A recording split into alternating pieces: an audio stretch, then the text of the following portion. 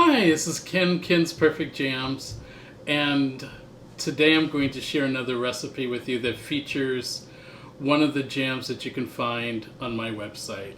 It's actually a really fun way to do fried chicken, and I can't wait to share it with you. Like the other videos and like the other recipes, there's a copy of the recipe. Yes, I'm sharing my fried chicken recipe with you. I must love you guys.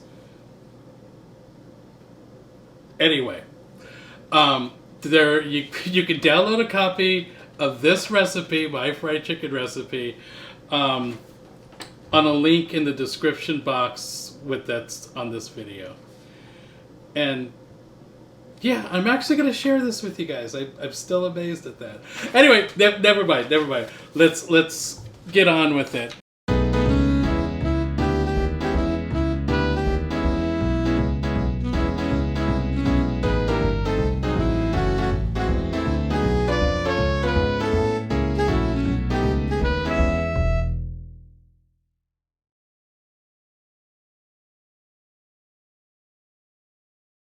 This chicken is done in stages, and it's been a long day, so yes, I'm sitting down for this portion. But we should get started. In the recipe, you'll see that you could use a whole chicken or any combination of chicken pieces, and I tell you which combination of chicken pieces will work with the proportion of buttermilk marinade that we're doing and the breading that we're doing. So if you could stick with those variables, that would be great. Today we're doing thighs. They're my favorite piece. I figure if I have to do this and show it to you guys, I might as well enjoy it. So let's start by, we're going to put the chicken in a ziploc bag or in whatever container you're going to put it in. So we're bagging up.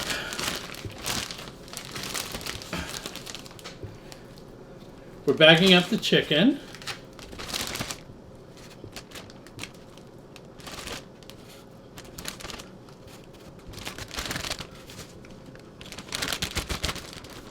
Okay.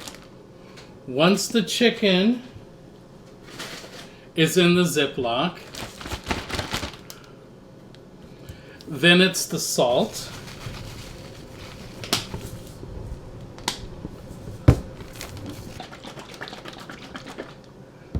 Next I do the buttermilk. We're putting in the full quart of buttermilk.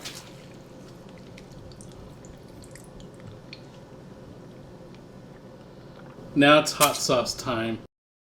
The hot sauce that we're using, and I know that people will call me out in comments, but the hot sauce that we're going to be using, it's Red Rooster. Are we communicating? Red Rooster. You can use Red Rooster, you can use Ricky's, you could use Tabasco. You could use any Southern or Louisiana hot sauce that you want. No Tapatio, no Sriracha, no... You understand what I'm saying. Are we communicating? Are we communicating? I generally find at least 12 shakes. Sometimes I do 16. Sometimes I do 20. There we go.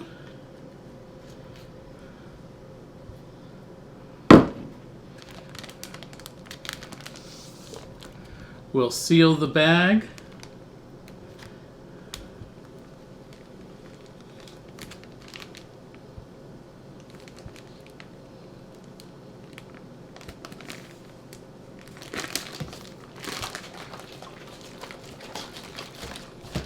And then you're going to mix it thoroughly to dissolve the salt and to disperse the hot sauce throughout.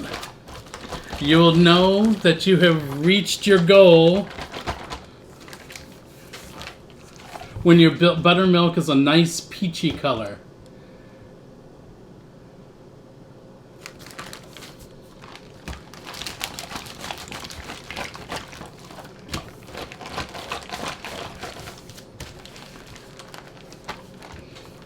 Okay, so then what I usually do with these gallon Ziploc bags is I put the bag inside of a 9-inch square baking pan and I put it in the refrigerator to marinate overnight. I put it in the baking pan just insurance. I don't want the bag to leak in case, if a bone pops the plastic or something and this starts to leak a little, the baking pan will catch the marinade instead of going all over the refrigerator.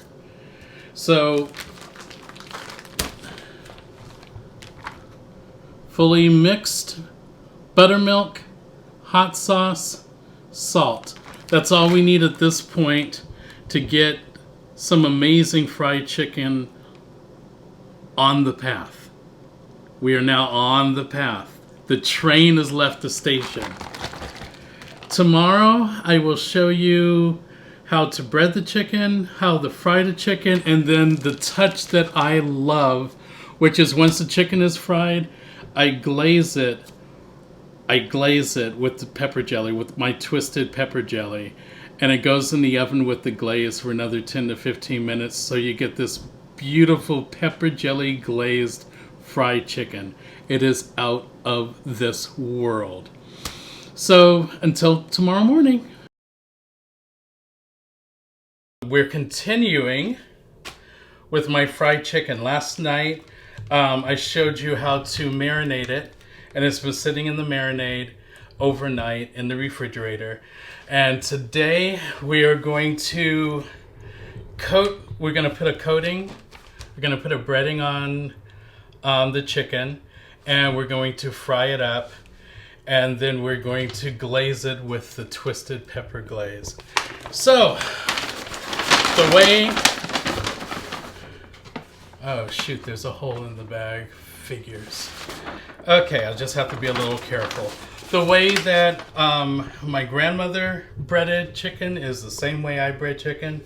So get yourself a brand new paper bag, one that hasn't been used before. In it will go the flour in the recipe, the cornstarch,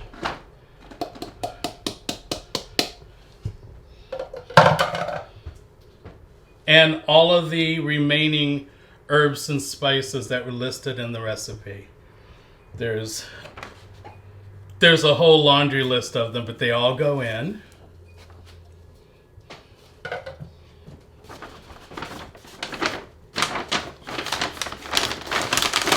Close your bag and mix all the contents together. And then you're going to use this. This is now your shake and bake bag, and your chicken pieces are going to go into this bag. You're going to shake them to coat them, and then you're going to lay them out on a cookie sheet for the breading to coalesce before we fry it. I do 3 or 4 pieces at a time, but in order for you to see and understand what we're doing, I'm actually only going to do 2 pieces at a time so that you can see me do this a couple of times. So there are 2 pieces of chicken in the bag. Close the bag.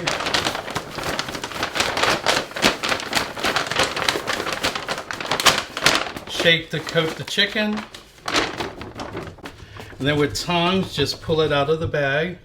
See, nicely breaded piece of chicken goes onto the cookie sheet, and then we're just going to do that all over again.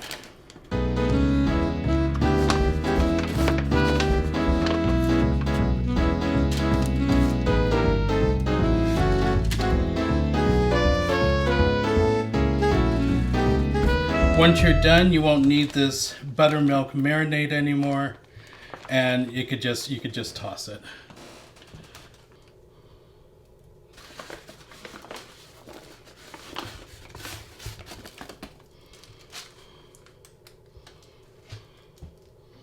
Okay, and this part is done.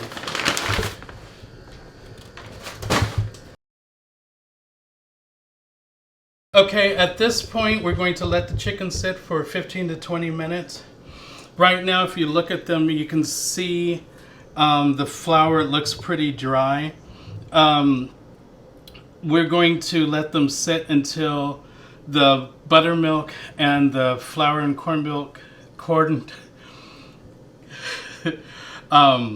until the buttermilk, flour, and cornstarch mixture coalesce. They'll end up it'll almost look like cracked mud, drying cracked mud, and at that point, it'll be ready to fry.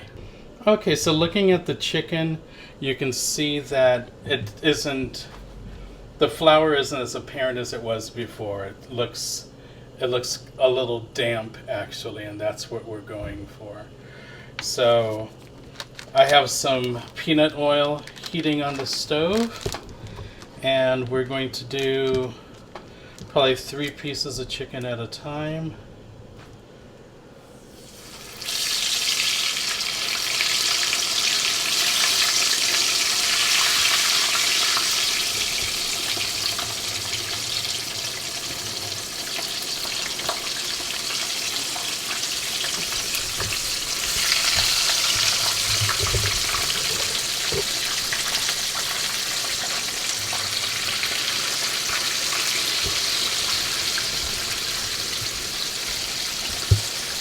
So the best way to get a nice even crust is to take your total cooking time for the chicken and split it in half, basically. So what we're going to do is we're going to do half the time on one side and half the time on the other side, but we're going to do 2 minutes on each side. I will be flipping it basically 8 to 9 times.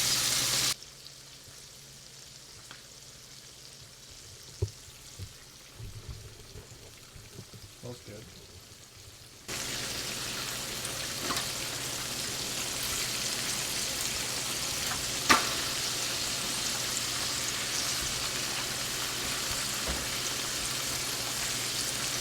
So there you go. I think you get the gist of it now. You're just going to cook the chicken on each side for 2 minutes and then flip until you've reached the elapsed time that you want. Okay, now that the chicken has been fried, our last step before putting them in the oven is topping each piece with a tablespoon of my twisted pepper jelly. We're going to put these in the oven, a 350 oven, for 10 to 15 minutes, more like 15 minutes. Actually, let's just say 15 minutes. And what will happen is the jelly will melt into the breading of the chicken, and it'll turn into a glaze, and the chicken will be absolutely glorious.